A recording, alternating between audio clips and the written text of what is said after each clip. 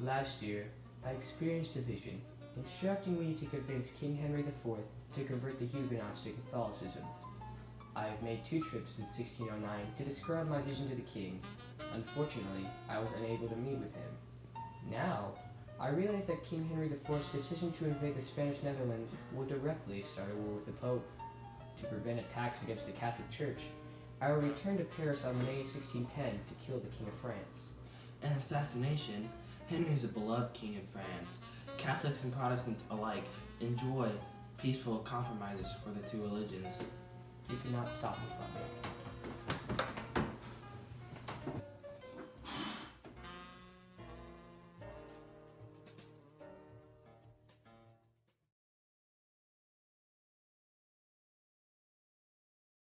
In 1551, Henry II described Protestants as heretics that met in unlawful religious meetings, infected schools, and corrupted the judicial branch. He forbids Protestants the discussion of religious topics. The Peace of Augsburg finally gave the legal authorization from the Holy Roman Empire to give Lutherans recognition as a legal religion, leaving other branches of Protestantism behind. They say we Calvinists aren't strong enough to gain legal standing, but they are just afraid. If we weren't strong enough, would they be on the counteroffensive? All around the world, Jesuit-led Catholics struggle to keep their religious powers against Protestants. As Roman Catholic Church continues to institute absolute monarchy of being the favorable solution, Calvinism continues to gain supporters that no longer believe in such hierarchical rule is necessary. Henry II believes Huguenots have no right to practice our religions. He believes French was meant to be Catholic. I continue to study my chosen religion because I believe I have the choice to do so. Yes! That feels good! That feels good! It does feel good. Yeah. I feel good. I imagine it feels Do good. you feel good? Yeah. Attention, Calvinist scum. You have been charged with heresy by the French monarchy and have been sentenced to the death penalty for traveling to Geneva and participating in illegal Protestant gatherings. Come on, you have to cooperate. Recent edict from Henry II has given the authority to apply the death penalty for all convictions of heresy. You are under arrest by order of the French monarchy. Come out or I will break this door down. That's it. I'm done with your crap.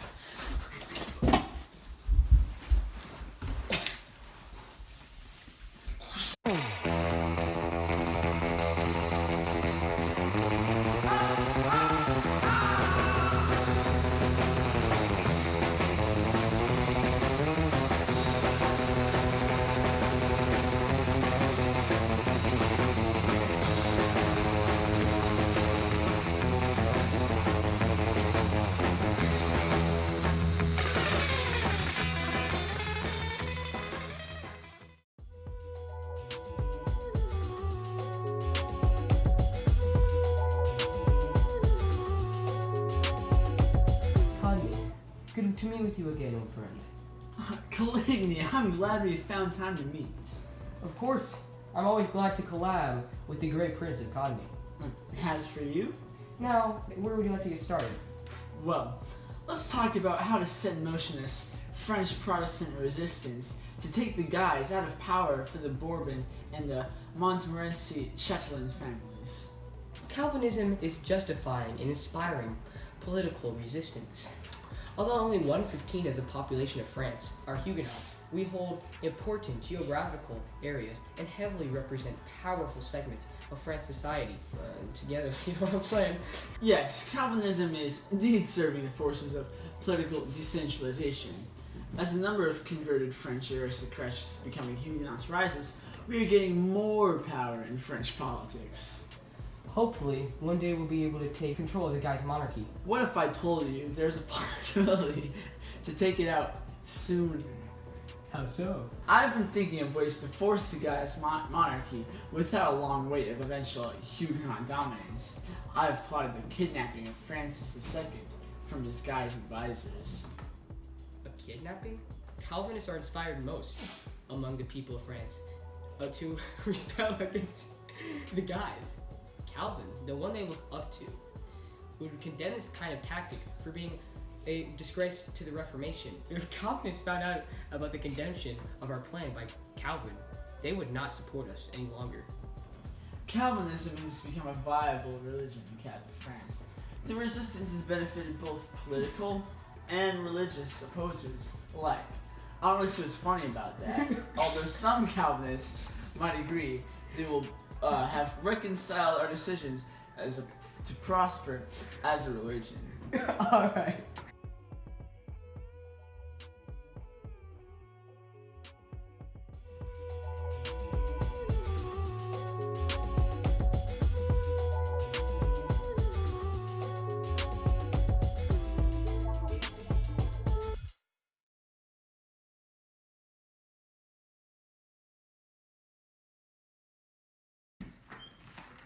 My fellow Calvinist boys, come in! Oh man.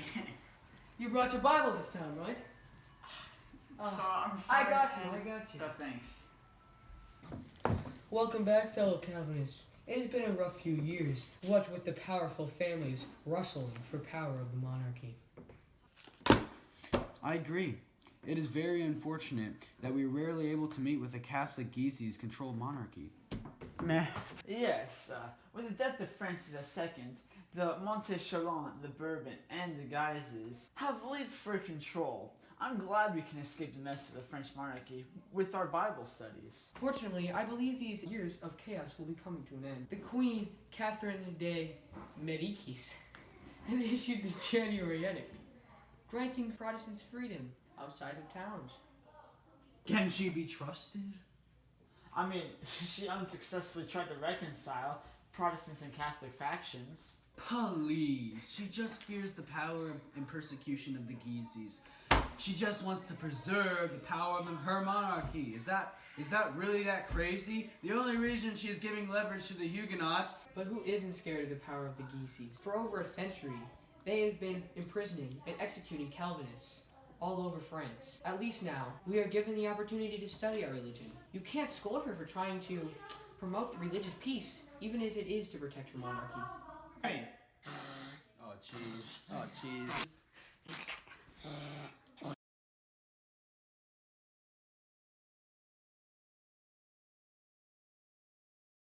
So that's what I said to her. You Catholics? What? You get one. Oh no. What's up, my boy? Hey, Cole. Oh no, guys, we can't do this. It's too dangerous. We can't meet any longer. What do you mean? Have you not heard the news? The January Edict has come to an abrupt end. The Duke of Guise has surprised Protestant meeting at the Bastille of Champagne and massacred many worshippers. It's a tragedy. News has it that the Conde and the Protestant army were too late to react, and now Catherine and her son are under Great Guise control. Yo, what the F? Is this the start of the French religious wars?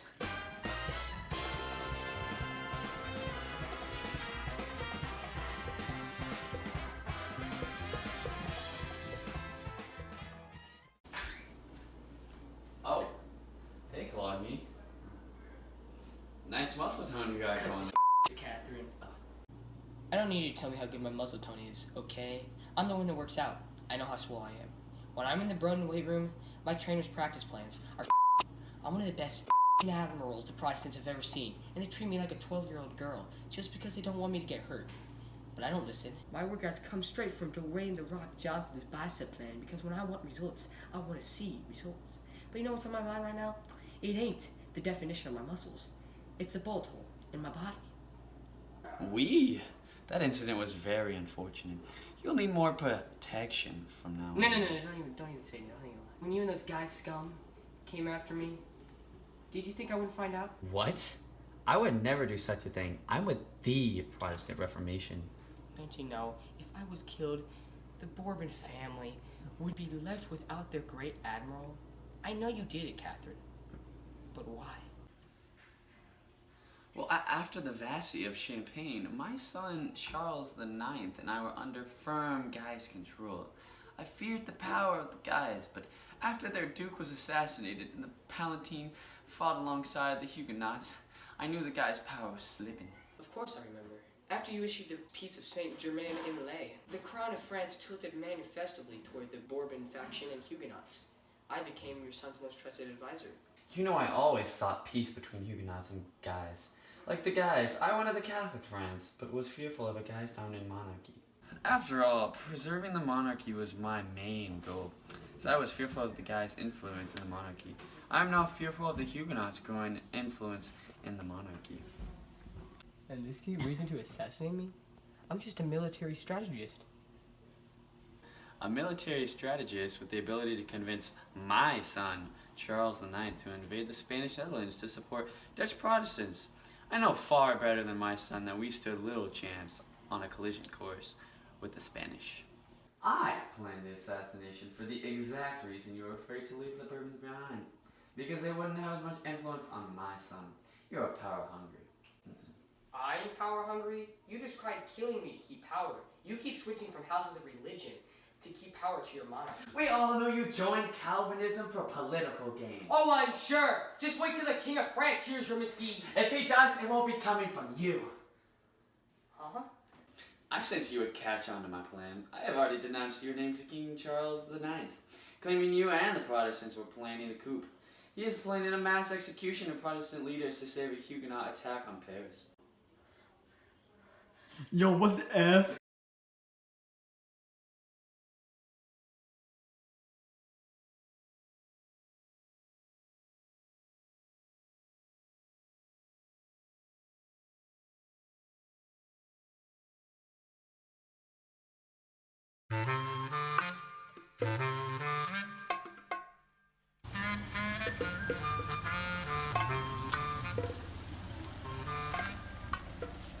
Henry of Navarre, you are viewed as a major leader of the Protestants. I wish to seek an alliance with you against the Guys. The Catholic League is led by yet another Guy member. And what would you need help with? I had to flee France in 1588 after a failed attempt to rout the League with a surprise attack. Why'd you do it?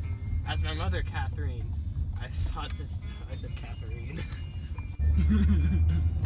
As my mother, Catherine, I sought to steer France into a middle course for religion. I emerged in the monarchy between the radical Catholic League and the vengeful Huguenots. I remember you issued the Peace of Bateau in 1576, giving Huguenots almost complete religious and civil rights. The Catholic League forced you to return the peace for absolute religious unity in France once more. Will you help me? The Catholic League and the Guys are corrupt. To resume my position of king, I'll need your help to prepare to attack the Guys' stronghold in Paris. I oblige. As leader of the Protestants, I will help.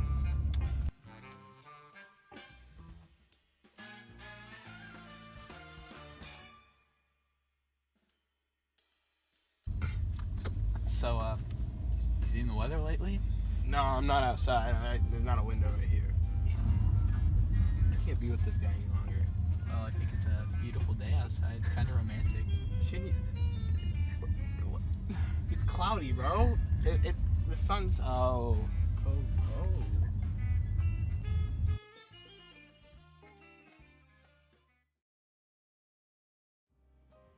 And here we are, gentlemen, drinking our wine and rubbing our fine beards. 2 years ago, the Catholic League was dispersed, and France's ties with Spain had been broken. The wars of religion in France have ground to a close. The Edict of Nantes finally given us the freedom of public worship, the right to assembly, and the admission to public places. Compromise has finally been found. The French wars of religion are officially over.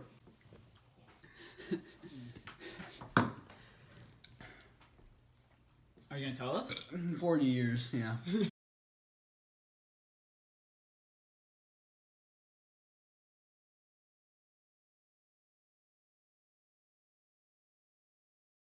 Good evening, folks, and thank you for joining us tonight.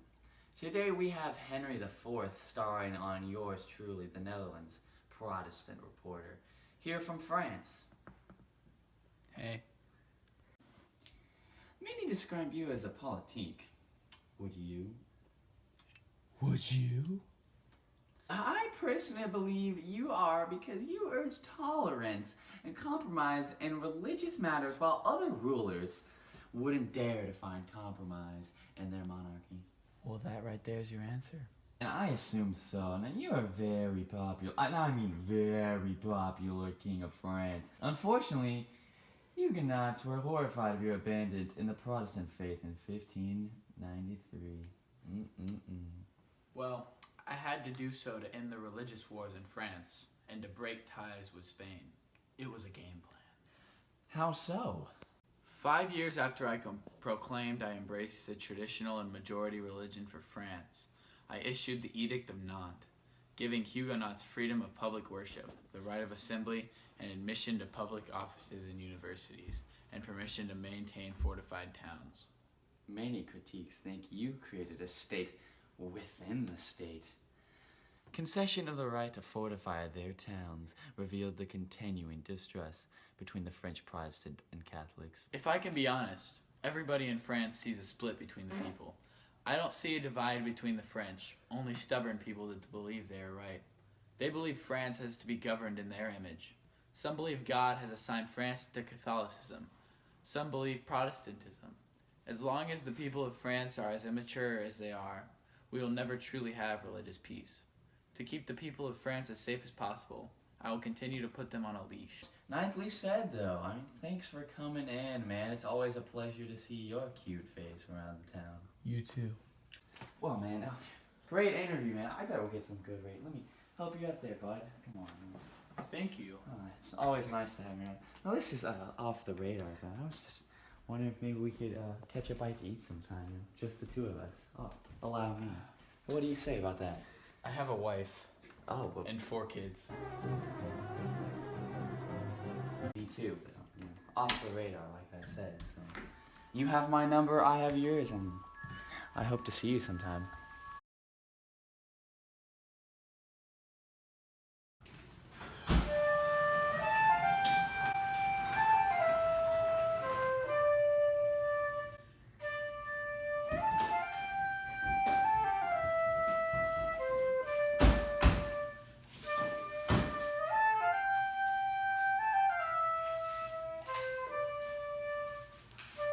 French wars. French religious wars. French wars. French religious wars. French wars. French religious wars. French wars. French religious wars. Kill Caligny and all our great leaders. But they can't stop our grind, it's like we're blind readers. St. Bartholomew's, what a dreaded day. A bunch of us died, about 20K. Catholics aren't going by the scripture. Nope. They really ain't getting the big picture. These Protestants suck. You feel me? Ben Piper over there looking like Caligny. Ew.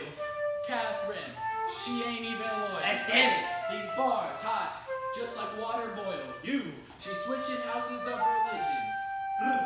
She was with Protestants, then she just went ditching. Henry #2 ain't a nice guy. He's not giving us freedoms we would like. There, Henry III was a nicer guy, but he was assassinated. Now he's up in the sky. It's Lil P.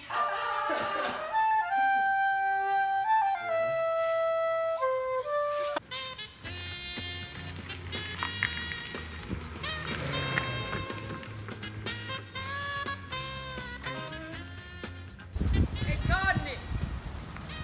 You're not talking to me, man. You think you can see any of my taxes on me more than that?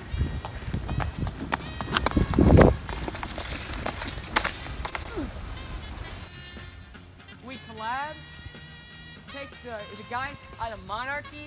I give you a free piece of gum. And where did you put that piece of gum? You put it under my freaking dashboard, man. You put it under my freaking dashboard.